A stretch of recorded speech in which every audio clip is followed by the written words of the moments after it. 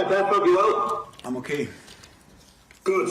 And first things first, we should really again check on the COVID situation at the club. I take it no further cases. So when are we likely to see Virgil, Fabinho and Curtis Jones back? How's Thiago? And separate to that, how's Jordan Henderson and has he recovered from his cold? Yeah, I want to use this opportunity first to make a compliment to the team, because it was not easy, the game, to go to Spurs away and lose your spine in the days coming up with Virgil, Fabinho and Thiago. But losing your captain on match day, it's a tough one.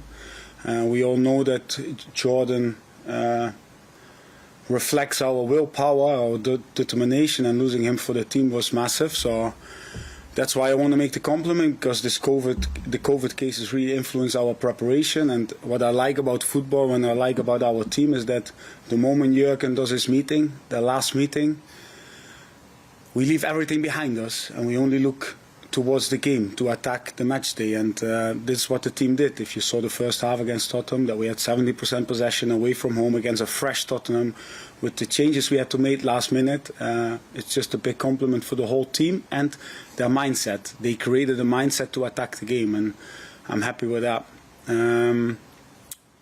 So yeah, it's still the same. Virgil, Fabinho, Thiago and Curtis Jones, of course, are not in the building, are at home. I have to say that I just pray for all the ones who have to go to hospital. Look, we are young and healthy, and we hope that we don't have to make this drive.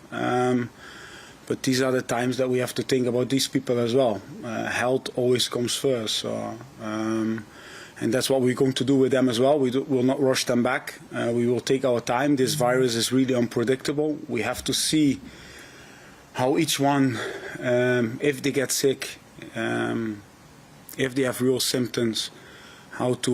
We will not rush them back. We will take our time, and that's the most important. We understand the club was in favour of a break in the schedule to combat the rising COVID cases across the Premier League. So what is the feeling now that after yesterday's meeting, as it stands, that break isn't going to happen? No, we always make our recommendations.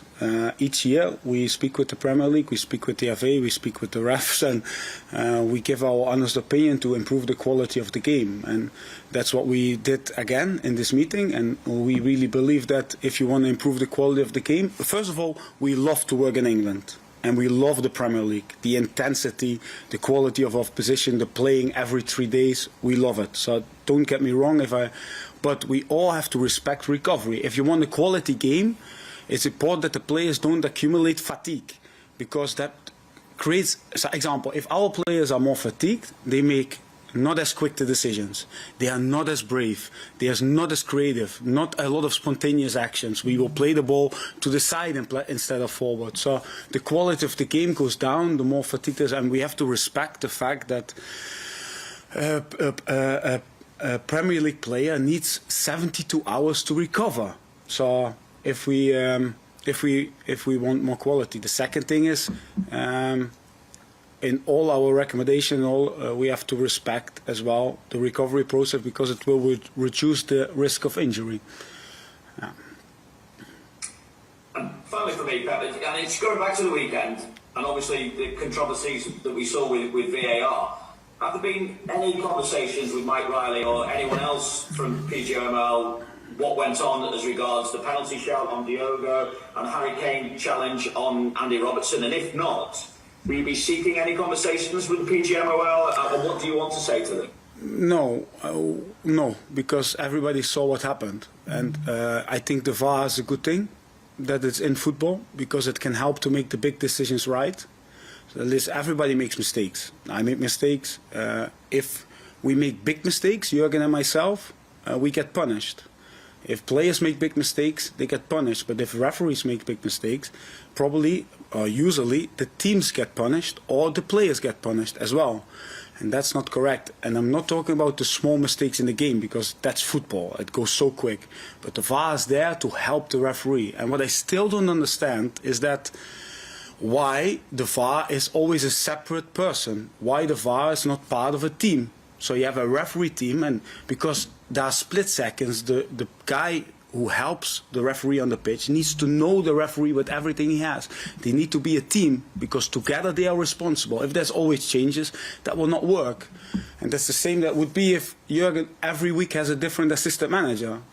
That's exactly the same. You need, and I wish we had VAR to make better decisions as coaches, because then I will not make mistakes. Thank you very much, Vinny. Much appreciated. Juliet for a couple, then Ian Abrams from TalkSport for a couple, Carl Markham from Press Association, and Chris Coughlin to finish, which would be the open section. Hey Pep, just one of the players that Vinny just asked you about, Jordan Henderson. How is he? Because I know he had a little bit of a bug, didn't he? A bit of a cold. Is he okay? Jordan is Jordan. He called yesterday already to train again. He had a heavy cold, and we know how quick that can come and go. But he pushes himself immediately, and he's the kind of player you have to slow down. And luckily, we have 24 of these players.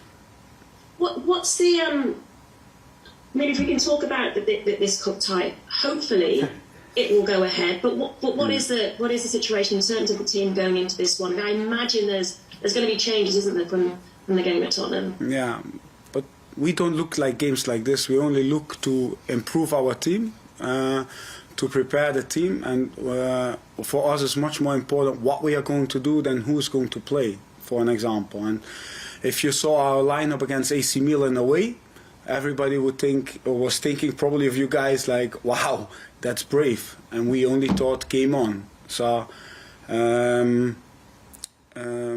it's in the beginning of the season we always make we speak with our players to say we want to create memories together. We want to create special games together. We want to create special games with the fans together, and that's what we're going to do tomorrow. We try to make it a cup night for the fans, full of desire, but all we have, and for that we need fresh legs as well.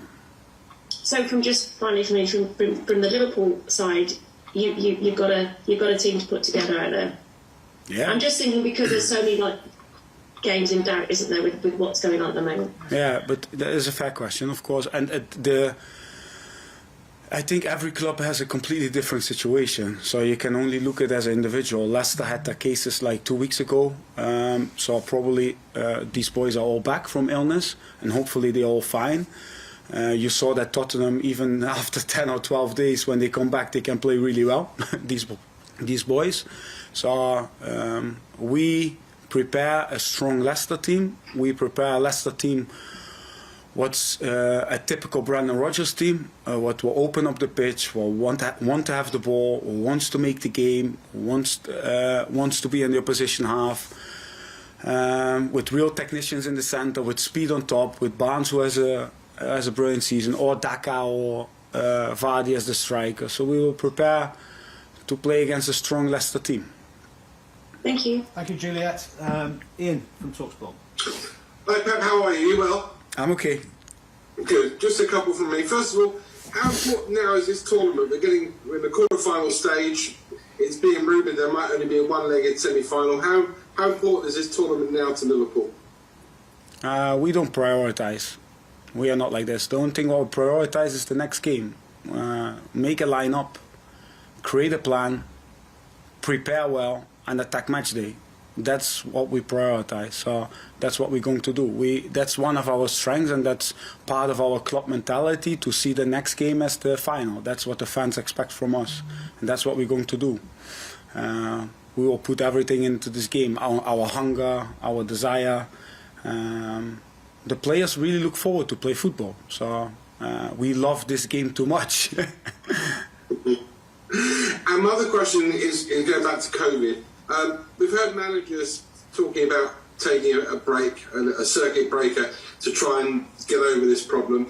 Why do you think that the chief executives of the club yesterday, all clubs yesterday, when they had that Premier League meeting, voted against what the experts, in this case the managers, were saying beforehand, i.e. let's take a break? Ian, I'm just going to jump in there. I don't think it's correct to say there was a vote, but you'd have to check that with the Premier League. And also, I think Pep, just to be clear, outlined at the beginning what our club's position was. I don't think he can necessarily speak for other clubs, but I just wanted to make it clear there wasn't a vote, as far as I know, but you can check that with the Premier League. But for me, the experts are not the managers.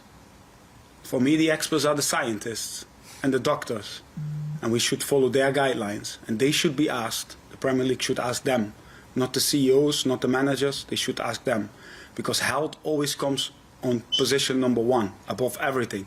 The guys who are driving now to hospital, who are sick, they only have one thing in their mind: to get better. That's what my mom always said. In life you want a lot of things, always a lot of things, but when you're sick you just want one thing. That's getting better. So I pray for them. And what I want to say with that is that we are in this job as well to protect our players, to protect our staff, not just the players and our staff, also the family members. That's why we have all these good measurements in place, and we try to cut the chain with our testing and with how we deal inside the AXA. And we have to follow the protocols and the guidelines of the doctors and the scientists. That's if there's one common behavior in this pandemic over the last years, is that we always acted too late, always, and that's what we went from one health crisis into the other. Cool. Good luck anyway. Thank you. Yeah, thanks Ian. Stay safe. Carl Markham and then Chris Coughlin, and then we're going to go to the embargoed section, which I could do with some hands up for. We've got Dom at the moment. Carl, over to you. Hi, Pep. Carl. Right. With the Premier League saying that you have to play the games, you've got 14 players available, I'm just wondering if that places extra demand on some of your younger players who would normally come in for a game like this or be around the fringes of the first team. Do you have to, rely on them a little bit more? Yeah, but we always relied on them. One of our ideas inside this club is to have, I think the one thing for health, if you want to have a healthy club, is to have a proper inside pathway, that the academy is important, that the academy has a chance to improve inside our club to become first team players. That's why we construct our squad how we construct it. That's why we give so many young players opportunities. Example, we made, I think, 5 Liverpool debuts were this year in the League Cup. So that's healthy. That's something we want. One, because we have the talent, so it's not that we don't have it. So, but we want to give them the opportunity to grow inside our club. And for me, that's only a good thing. So if it means that players are unavailable, I see that as a challenge. That's one, of course. We see it as a challenge. But second, we see it as something what it will create new players. And that's what we want as well. So it's only a good thing. Okay. To the players who are not available, is Divock recovered from his knock yet? Is he like to be in contention for the squad? He's still not training with the team, so he will not be. He's our top scorer in this league. Yeah, we will miss him. Yeah.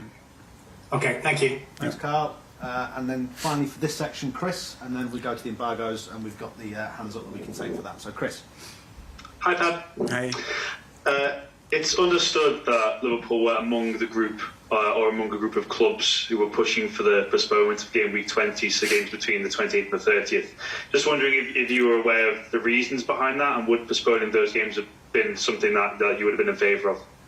Yeah, Jurgen made this point really clear after the game. So we really believe that we are in the position as well to protect our players. We think it's absurd that we have to play inside 48 hours for the reasons I just explained, because it's a much higher risk of injury, and second of all, the quality of the game will not be as good. How I try to explain as well, what happens if players are more fatigued, you don't get the offensive attitude we want, so, and the offensive quality we want, and second of all, football is a team sport, so the moment we lose players, and we have to push players through these situations, it becomes the risk becomes just bigger. So that's what Jurgen tried to explain. That's what I tried to explain. So I think it's absurd. The teams who you have to ask them why they want to play in this kind of circumstances. But I think it would be a wise decision also because of our individual situation here, with the COVID cases being this fresh, that we had more time before the next game.